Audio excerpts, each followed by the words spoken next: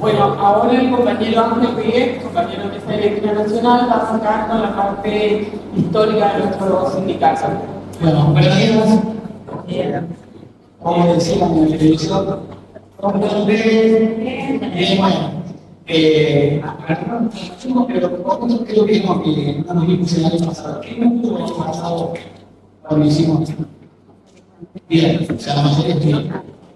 Por lo tanto, hay algunas cuestiones que vamos a hablar que son que las tratamos el año pasado. Ahora vamos a corregir porque el pedido nos hizo seccionar son dos temas fundamentalmente. Una breve reseña de nuestro convenio colectivo de trabajo. Por otro lado, un poquito desarrollar y explicar cómo es el modelo sindical argentino. Cuando hablamos del modelo sindical argentino, tan reconocido, aunque nosotros no lo situamos muchas veces, tan reconocido en muchos otros países en el exterior, el modelo sindical argentino es un modelo muy deseado por las organizaciones que vienen de otros países. Sinceramente, en ese caso, podemos sacar un discurso futuro. Bueno, pero aquí vamos a poder estar este rato. Tan importante el modelo sindical argentino en otros países. Recién, algo no previsto, Elena comentaba el mensaje que nos mandaron los compañeros de AFICH, la Asociación de Fiscalizadores de Impuestos Internos de Chile, quienes creamos una confederación, que lo explicamos el año pasado acá, al final, con quienes creamos una confederación latinoamericana de trabajadores de ingresos públicos. Ahí está Uruguay, fuimos los fundadores, pero ahí está Uruguay, está Chile, está Perú, ahora está Colombia, está Brasil, y también se sumó ahora, tuvo que dar un paso y ser internacional en Latinoamericana, ya está Portugal, y tenemos la conversación con Paraguay y con España, para que se sumen. Eso tiene que ver para qué sirven estas cosas. Y bueno, casualmente, el sábado hubo un llamado diciendo que necesitamos apoyo de afuera, porque el lunes, por un tema de horario, Portugal, la PIT de Portugal, Nuno Barroso, su presidente y secretario general, tributario y aduanero, son ellos. Mandaron el mensaje de apoyo para todos nosotros, todo subido en Instagram de la Mesa Eléctrica Nacional.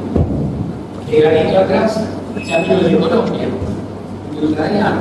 Colombia, la administración tributaria tiene 4 sindicatos diferentes, con distintos menores. Uno es el histórico, otro fue más grande. Pero todos estamos en lo mismo y que tal, somos todos uno. Entonces, ucranianos más que somos un salvador. Posteriormente, hizo el intentar sonar en la firma que vengo. En aquellos años, cuando a todos los países trataban de identificar ahora de que ir a la caja única, para poder, el Fondo Monetario, analizarse todos los chilenos, veía esto. Entonces, lo mismo sucedió en Colombia, lo mismo sucedió en Perú. Y también vino de Perú, posteriormente de Uruguay sigue teniendo su DGI, buena histórica recta, AFI, Uruguay, Asociación de Funcionarios de Dispositivos de Uruguay. Y después tuvimos el saludo de Paola Tresoldi de Chile. En Chile hay 2 sindicatos, los 2 están afiliados a la confederación, pero el que más participa es este sindicato que es el de los fiscalizadores, el otro sindicato es el resto, digamos, del Servicio de Impuestos Internos en Chile, que es lo mismo que la DGI Impuestos, está separado de todo.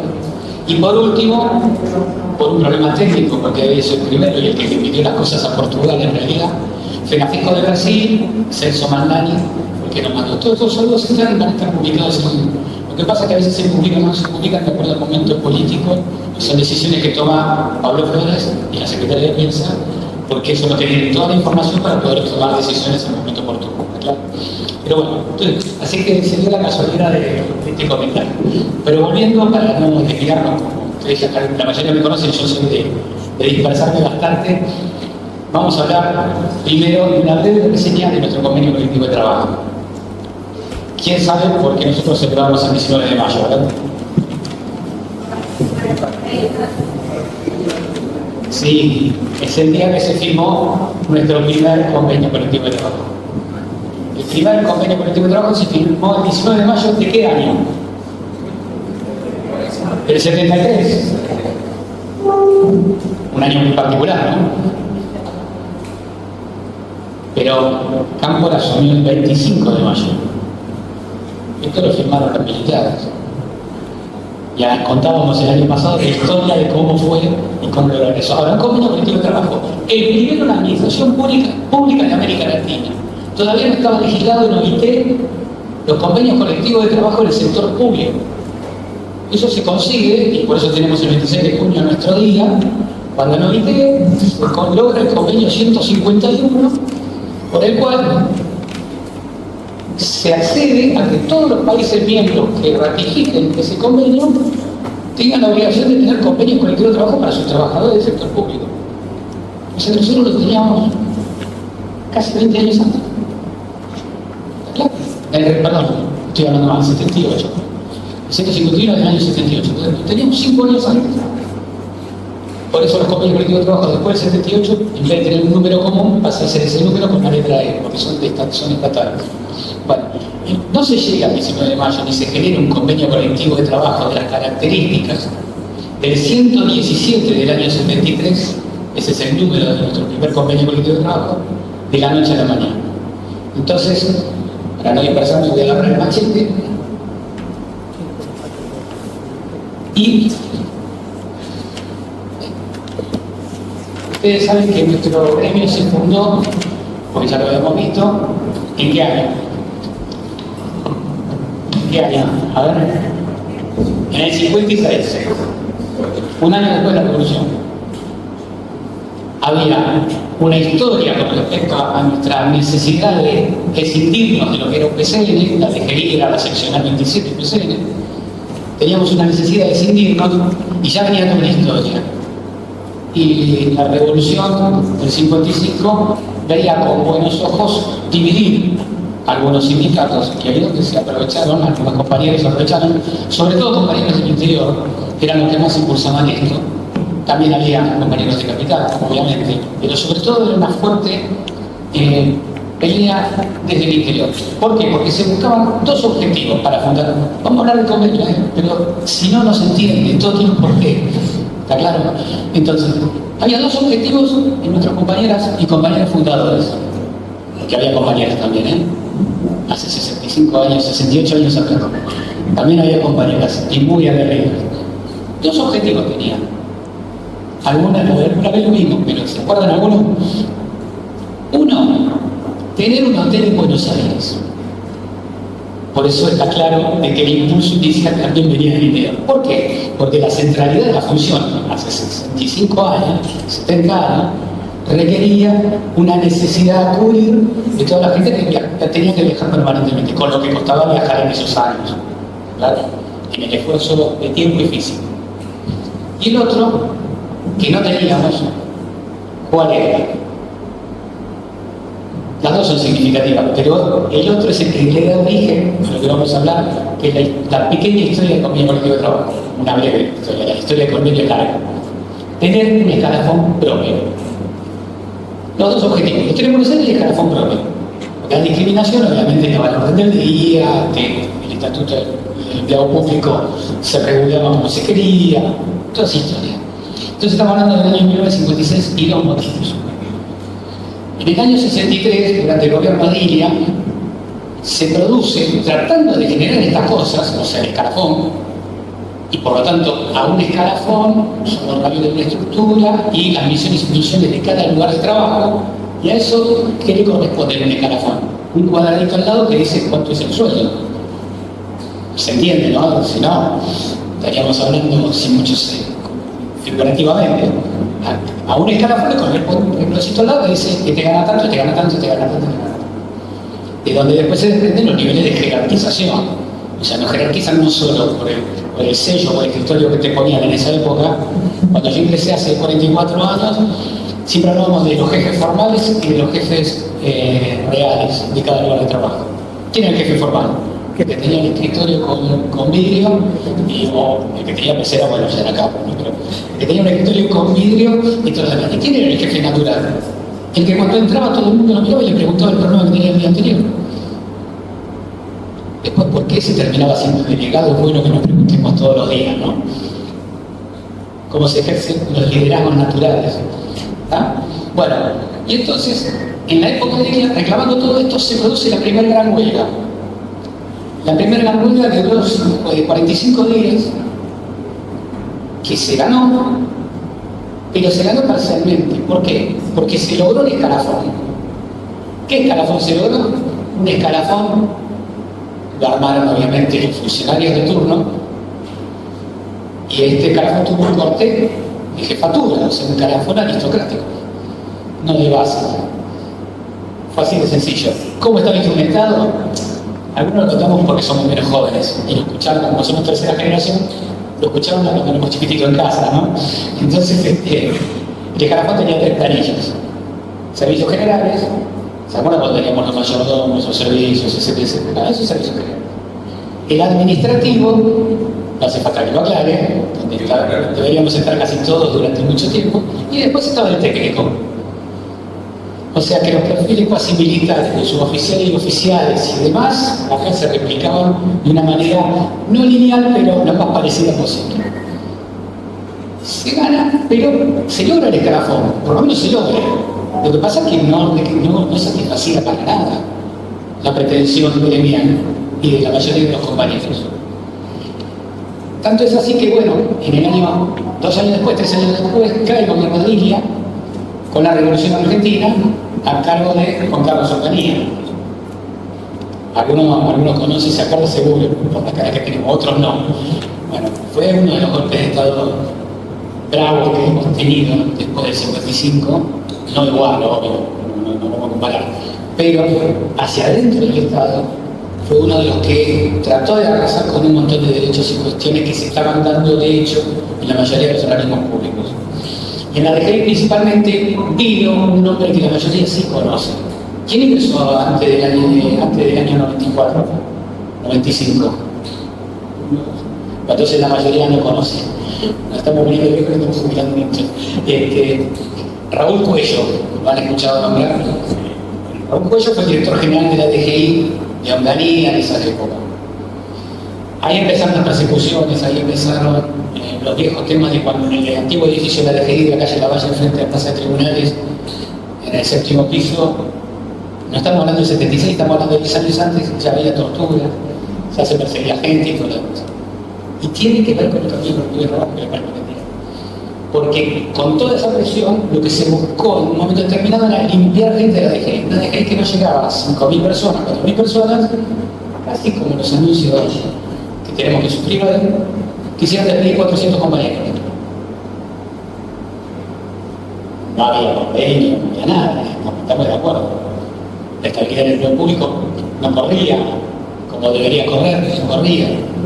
Quisieran despedir 400. Bueno, el sindicato, los compañeros que estaban, muchos ligados a la democracia cristiana, había toda una corriente dentro del sindicato de la democracia cristiana, lograron una gestión, esto lo hablamos el año pasado, la mayoría de los que estuvieron, lograron una gestión, y en aquel momento hay que ubicarse en tiempo y espacio, con el arzobispo de Avellaneda, Borrachino, que era el confesor de un tal Juan Carlos Onganía, presidente de la Nación.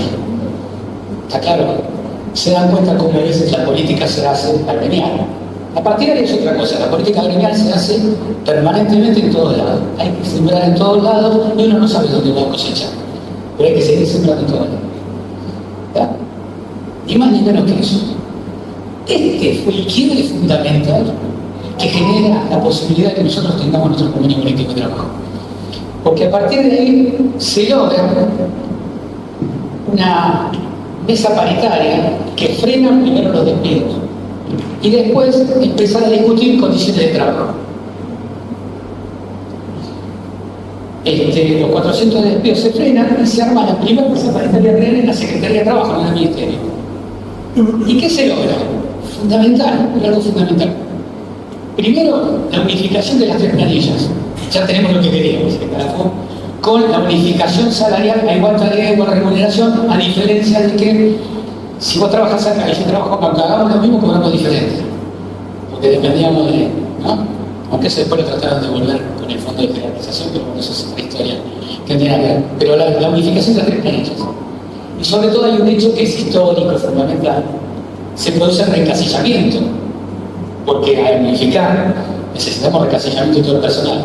Cuando se reencasilla todo el personal, ¿cómo lo reencasillamos? No puede reencasillar el mismo jefe que antes lo castigó, lo tuvo mal y qué sé yo. Recasillamiento era paritario. Y muchos de nuestros compañeros que nos trasladaron esto in voce y nos contaban las historias, la mayoría ya no están, pero con la pasión por la que nos contaban era muy fuerte, porque decirte que en cada lugar de trabajo, en cada oficina, con cada jefe, se sentaba el delegado y discutían el recasillamiento de empleado por empleado, compañero por compañero. Es algo que fue 1960 y pico. O sea, fue algo revolucionario, no se podía creer. La verdad que fue muy significativo. Esto se produce ya en el 69, que cuando viene el Cordobazo, hay todo un clima, nada sucede porque sí, está claro, ¿no? Había todo otro clima. Entonces después del Cordobazo, de ahí cae Onganía y viene la luz. Y entonces, en 1971-1972, con este antecedente, se constituye una verdadera mesa paritaria para tratar el resto de los temas. Y es ahí donde nuestras compañeras y compañeros aprovecharon la oportunidad de trabajar en conjunto con quienes estaban en el Ministerio de Trabajo, la Secretaría de Trabajo, que después fue Ministerio, en la redacción de un convenio colectivo de trabajo. Ahí empieza, o sea, de aquella discusión de la mesa paritaria, del Cordobazo, todo lo demás, existe el clima para poder discutir un convenio colectivo de trabajo. Se trabaja durante más de un año y se logra el proyecto del convenio colectivo de trabajo. El 11 de marzo van a haber las elecciones Campo de la Zona de Lima. Los compañeros dijeron que es ahora o nunca. Era un momento político, como sucede siempre cuando hay elecciones, un cambio de gobierno. Nada más que creo que fue significativo. Debe haber sido lo más significativo en los últimos 50 años, ese momento. Por la politización, por la posibilidad de modificación de la realidad. Y el 19 de mayo de 1973 se firma el convenio colectivo de trabajo. Con estabilidad propia, con régimen de disciplina, con todo lo que tenemos hoy. Después se fue corrigiendo, aumentando, etc. Pero este es el nacimiento de nuestro convenio colectivo de trabajo. El 19 de marzo de 1925 se firmaron los militares, porque se le arrancó un compromiso de que iban a firmar. Y no lo firmó el ministro, se fue a la casa.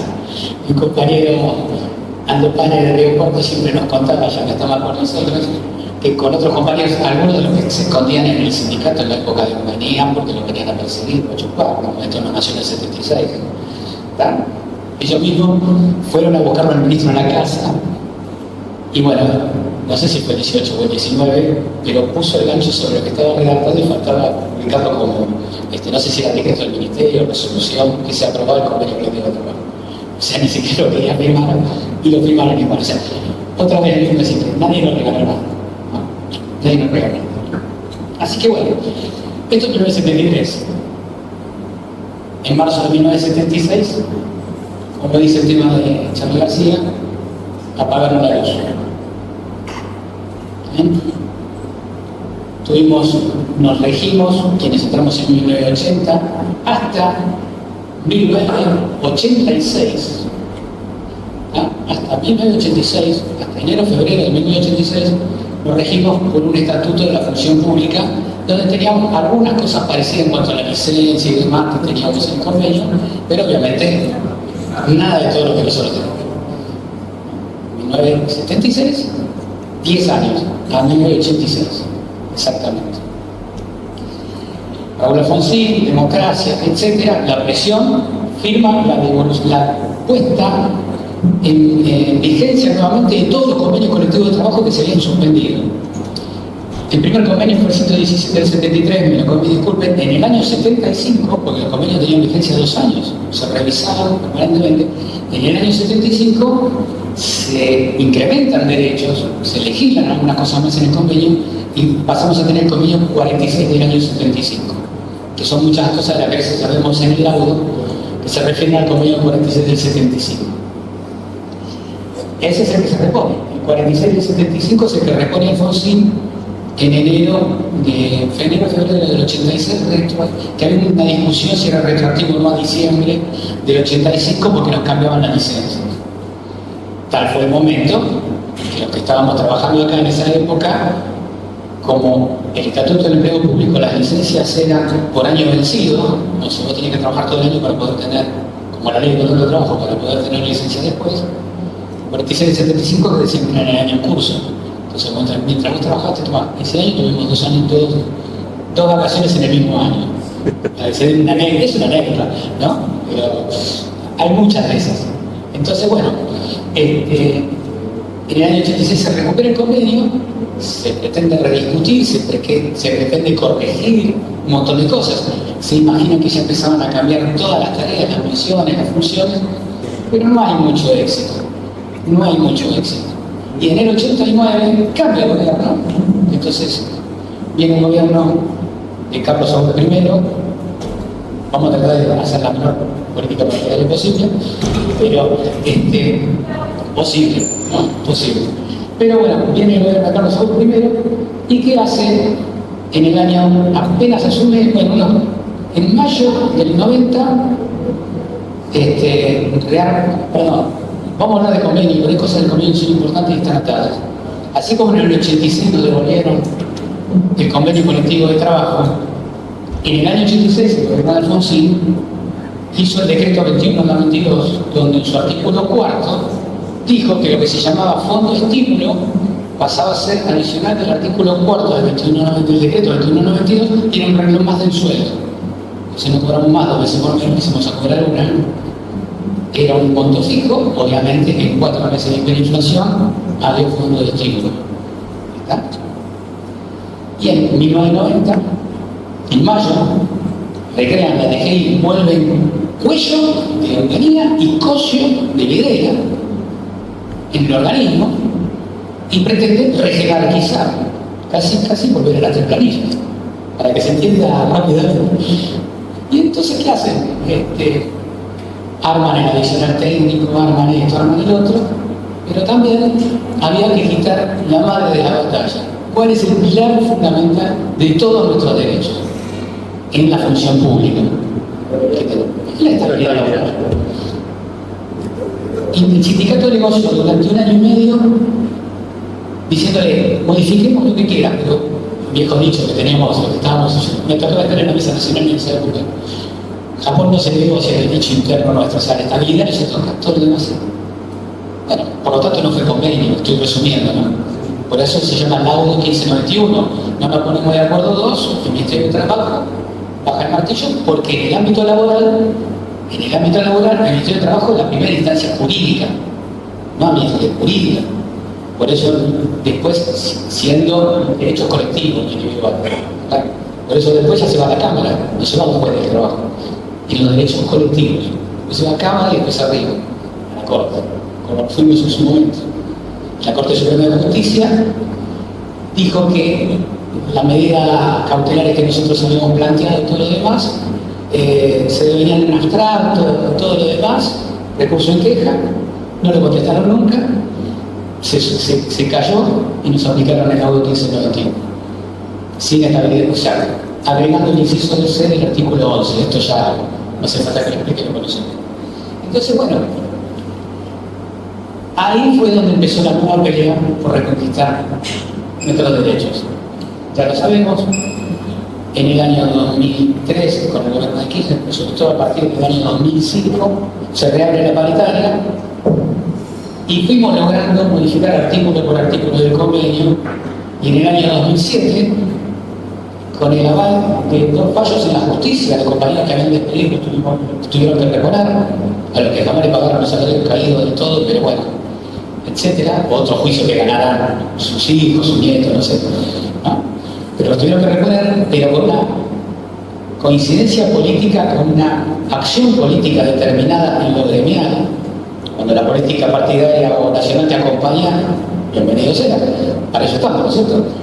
Pero eso, en el año 2007 derogamos el inciso 11, el inciso C, perdón, el artículo 11. Ahí fue. El 11C se derogó en el 2007. Y a partir de ahí recuperamos estabilidad plena. No es solo la del artículo 14 bis, que bueno, no solo lo que pasa en el resto del Estado, ya sabemos lo que sucede, sino estabilidad plena.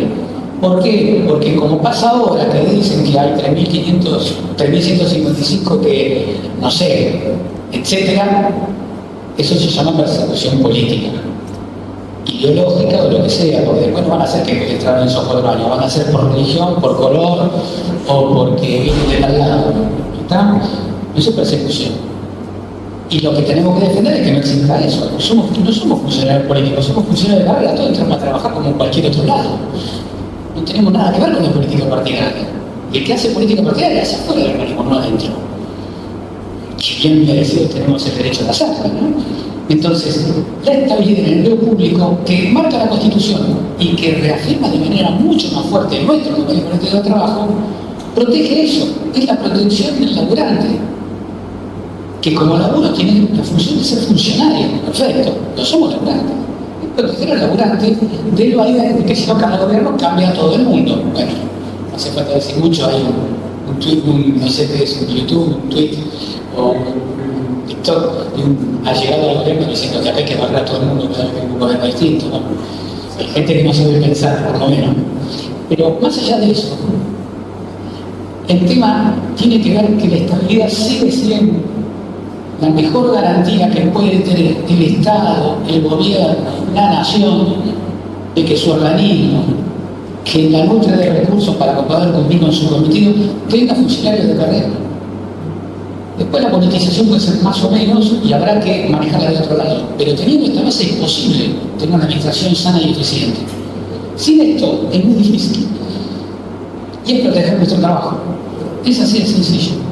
Entonces, quería ir a otra cosa, se me está escapando porque el tema de la estabilidad realmente es en nuestra vida, de lo que nos apasiona, es todo. Por eso tenemos que fijar muy firme el tema, no solo de lo que cuida más, sino de lo que estamos hablando. Estamos hablando de cuidar nuestra fuente de laburo, no solo el despido, sino el organismo en sí. Así que bueno, después de ahí, con respecto al convenio, fuimos creciendo permanentemente, fuimos el año pasado, saben todo lo que se ha modificado, cómo hemos achatado esa cosa en su momento que el accionar técnico hizo estirar la pirámide poblacional de 7 a 1. Ustedes saben nuestra carrera del grupo 3, porque el 1 y el 8 no existe más. El 3 tampoco, el grupo 4, la 26, ¿no? El que comienza al director. Estamos todos dentro de nuestro convenio colectivo de trabajo. Estamos todos dentro de nuestro propio escalafón. Bueno, con el adicional técnico en el 91, en realidad, lo aplica la ley de Escocia, lo que hizo fue tirar la pirámide salarial que era 7 a 1 a 19 a 1. Y con la incidencia que tenía en el fondo de jerarquización que ellos me pusieron en mayo del 90, era mucho más.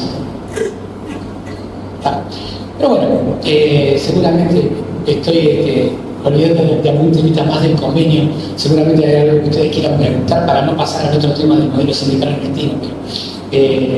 Más o menos muy brevemente. Que en el 2006 volvimos a recuperar el convenio colectivo del trabajo, o sea, se enterró el laudo, hay algunos compañeros que todavía dicen el laudo y claro, bueno, gracias César. En el 2006 se recupera el 100% del convenio, sobre todo por el tema de la estabilidad en el 2007. Y la nota de color que la firmamos con el ministro Tomada, que fue el autor del laudo 1591. Claro.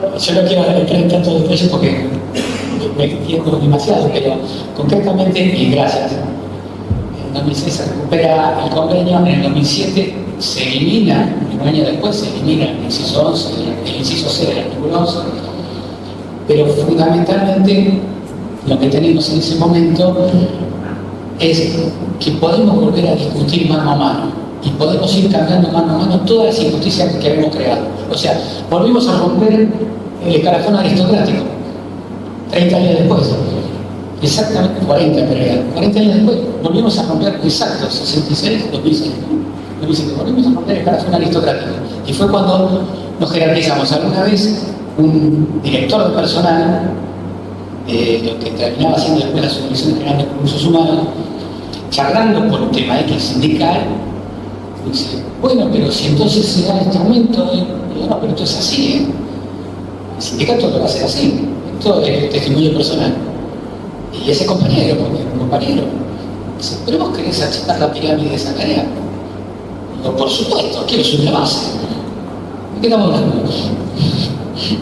Claro que sí. Si está así estirada, hay que achacarla, hay que subir la base. Hay que repartirla diferente. Y ahí hubo otros comentarios, ¿no? Porque esta aquí, pero entonces para darle tantos pesos a fulano, yo me pierdo tanto, porque era director. Y digo, sí, y lo que vos te perdés por ahí es un regalo para la cuarta persona que conoces, no voy a decir lo que te dije, pero ustedes me saben entender. Cuando para la compañía de compañeros alimentarios, porque no estábamos dando plata, ¿eh? Después conseguimos jerarquizarnos salarialmente nosotros, con otras acciones, que serán para otra jornada. ¿Está? Después conseguimos. Pero del grupo 16 para abajo, cada banco era alimentario. Pues la calificación del fondo no era un problema. Por año cada 6 meses. Que para entregar una estadística había una sola impresión, nos pegábamos codazos para ver quién entregaba para que no trabajen en el fondo. ¿De qué clima laboral iban a hablar? Si hablamos en serio, no, si no, bueno, todo rodosa, fenómeno. Nosotros planteábamos eso así. Así que bueno, en el año 1991, 90, cuando asume Carlos Saúl I, se hace el decreto que nos botea 56 artículos del convenio. Quedan en suspenso, entre ellos la estabilidad, que era la barrera de la pantalla. ¿Está claro? Nosotros, después quedaron 33 anulados en el laudo 1591, que firmó Carlos Tomada y que después le devolvió el convenio de acuerdo al presidente que cambiaba. Uno era Carlos Saúl I, después fue Néstor Kirchner. ¿Está? Entonces, de esto es lo que estamos hablando, en nuestra historia. Y siempre repetimos lo mismo, es nuestra idea de fuerza. Nadie nos regaló nada. Una pregunta, nadie nos regaló nada. Vamos ahora a la oficina, después vamos a ir seguramente. Con los compañeros de laburo cuando trabajamos, cuando charlamos tranquilos con el mate o estamos a solas 2 o 3 horas. Tenemos la sensación de que nos merecemos todo por ciencia infusa y que porque yo me merezco, etcétera, etcétera, etcétera. No pasa eso. No, tenemos que convencerlo de lo otro. Que son otros laburantes, capacitados, formados, todo lo que quieran. No somos laburantes, si no estarían todos en la profesión independiente o en otro lado. ¿Está? Y que a nosotros no nos vino nada del cielo. ¿Está? No lo vamos a hacer tremendita, pero no nos vino nada del cielo. Lo logramos nosotros. Y con muchísimo esfuerzo. Algunos empujando, otros acompañando. Y otros convenciendo a los que no acompañaban para que acompañen. Y estamos en un momento donde lo tenemos que hacer. ¿Está? Bueno, no sé si hay alguna pregunta sobre el convenio, vamos a hacer una pequeña reseña del modelo sindical argentino, que fue lo que nos pidieron los compañeros de sección. ¿Está? ¿Alguna pregunta? Ángel, Sí. a propósito de usted y la LGI, la defensa, Ah, ¿no se capaz de ir a sindicato y no estaba junto? sí, bueno, porque ese sistema del sindicato y no del convenio. Claro. En el año 56 lo que se creó fue la asociación. Si uno quiere después las actas de la creación, obviamente fue un congreso del 27 al 30 de agosto de 1956 en un hotel que se llamaba Presidente Perón antes y ahí se llamaba Manuel Belgrano porque era en el año 56. Y ese congreso duró 3 días. Empezó el 27 de agosto y terminó el 30. Algunos se fueron porque venían representando un PCM, tal rojo, la historia es muy linda, apasionante para algunos de nosotros. Y se crea la Asociación de Empleados de la Dirección General Ejecutiva de la Nación. Y ese es nuestro nacimiento, ese es nuestro logo, esa es nuestra historia. En el 2006, como bien dice, festejamos el 50º de nuestro sindicato. Hicimos una gran fiesta, todos los demás pudieron ir, la mayoría de los compañeros del país. Obviamente fue en Buenos Aires, fue la primera fiesta que hicimos en Parque Norte. Fue inmensa, muy linda. Y ya estaban los 2 afiches arriba, AEDGI y AEFIP. ¿Por qué? Porque en el año 93 a nosotros nos pasaron la cobranza de los autónomos. Y con la 2741, a partir de julio del 94, nos pasan todas las funciones de la Dirección Nacional de Recaudación Previsional. Y con esto vino gente de ANSES. No hablemos de ex-AFJP, estamos antes, estamos 5 años antes, 4 años antes. Entonces, vino la gente de ANSES. Y entonces había que generar una función, y tal como se cumple en el interior permanentemente, DGI con GTAC terminó haciendo la función de recaudación previsional. Y algunos decíamos, cuando volvimos al sindicato, después de una disputa interna, pero volvimos al sindicato, decíamos, tenemos que agrandar la personería gremial. No es un cambio de nombre porque nos cambiaron solamente. Lo vamos a ver en el modelo sindical argentino. Somos un sindicato como una empresa, éramos un sindicato como una empresa, para cambiar la empresa. Entonces había que cambiar la función del sindicato para ser esquemático. No era solo eso. Nosotros teníamos el riesgo de tener un sindicato de seguridad social adentro en menos de 4 o 5 años. En estrategia sindical, donde se discute estrategia sindical, discutíamos esto. Algunos por lo menos. Otros decían, no, no pasa nada. Bueno, no pasa nada, menos mal. Entonces, en el 2006 hicimos la reforma del estatuto, la aprobó el Ministerio de Trabajo, ya lo estaba publicado, pero no estaba terminada, no estaba la resolución del Ministerio de Trabajo, donde la reforma del estatuto tenía que ver con la autorización, validación del Ministerio de Trabajo, ampliación de la personería gremial.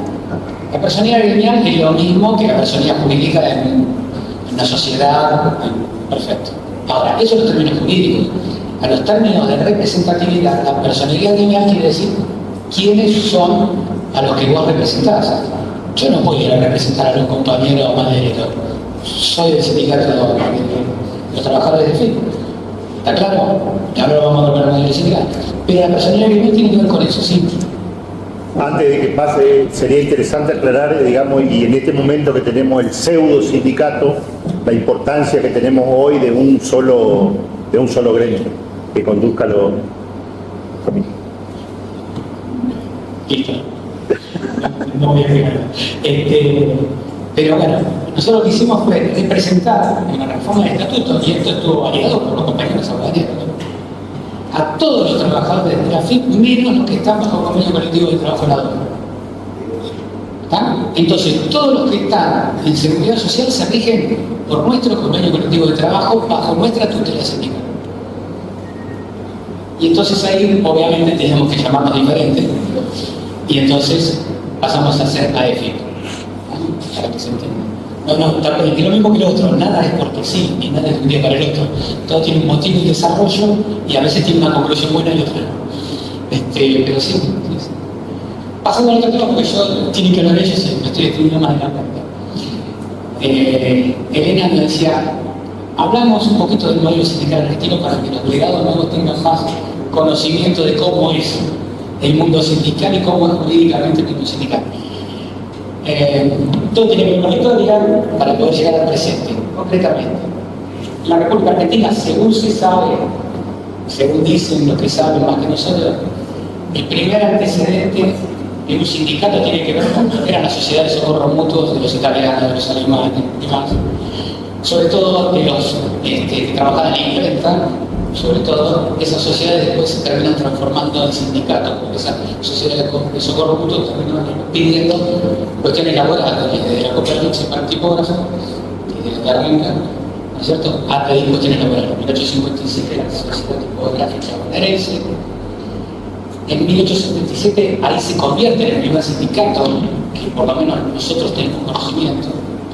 Y en 1880, en el Gran Buenos Aires había 19 sindicatos. En 1887, la fraternidad, que hoy sigue siendo el sindicato tan fuerte de maquinistas de los ferrocarriles, en esa época donde se extendía la vida permanentemente, pasa a ser prácticamente el sindicato junto con la tipográfica, el sindicato más fuerte del país. Si hablamos del modelo sindical argentino, yo me voy a adelantar un poco para ser más claro y esquemático. La forma que tienen por las leyes de asociaciones profesionales que se fueron dictando en Argentina, en la Argentina hay las organizaciones sindicales son de 3 grados. Primer grado, sindicatos o uniones. Bueno, ahora vamos a ver unión de tal persona que unión como sindicato. Después vienen las federaciones, ¿bien?, que la suma de varios sindicatos, ahora digamos por qué. Y después las confederaciones, que son las de tercer grado, la CGT, etc.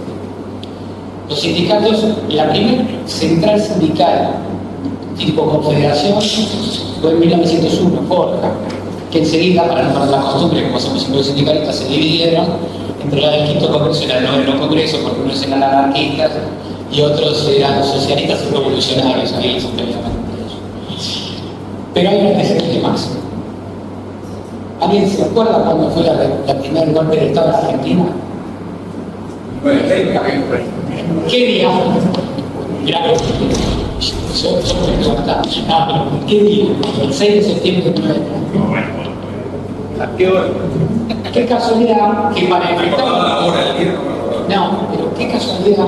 No, porque es una fecha históricamente en muchos lugares la ponen de manifiesto y fue usada en cuestiones políticas muchas veces. ¿Verdad? En otro golpe de Estado fue reivindicado. Pero no es casualidad que el 27 de septiembre de 1930 nace la actual CGT. El 27 de septiembre de 1930 nace la CGT, en respuesta al golpe. Es Irigoyen. No estamos hablando de equipo todavía, ¿no? Claro, es Irigoyen. Entonces, después, bueno, la historia es esta. ¿Cómo se constituye la primera ley de asociaciones profesionales? Que es de 1927, otros dicen que es de 1929. Hay discusiones sobre eso, pero tenía un esquema bastante parecido a lo que termina siendo la actual, la 2551. Entonces, tenemos los sindicatos, los trabajadores se pueden agrupar, organizar en organizaciones sindicales, primero y principal, por rama o actividad. Como decíamos antes, nosotros no podemos representar a los compañeros de la madera o del tabaco. ¿Está? Entonces, primero por rama o actividad. Segundo punto en el mismo articulado de la ley dice, por oficio o afines, porque puede haber que no sean todas idénticas, pero sí son afines. Entonces está la Cámara de Sindicato de Empleados del Comercio y afines. ¿Está? Después la discusión con las asociaciones civiles, si son de ustedes, si son de comercio, empezamos a discutir la competencia sindical y demás. Pero bueno, la ley marca de esta manera. Y por tercero, muy poca gente del ámbito sindical lo toma en cuenta, salvo en algunos casos, como nosotros, cuando es porque son trabajadores de una misma empresa.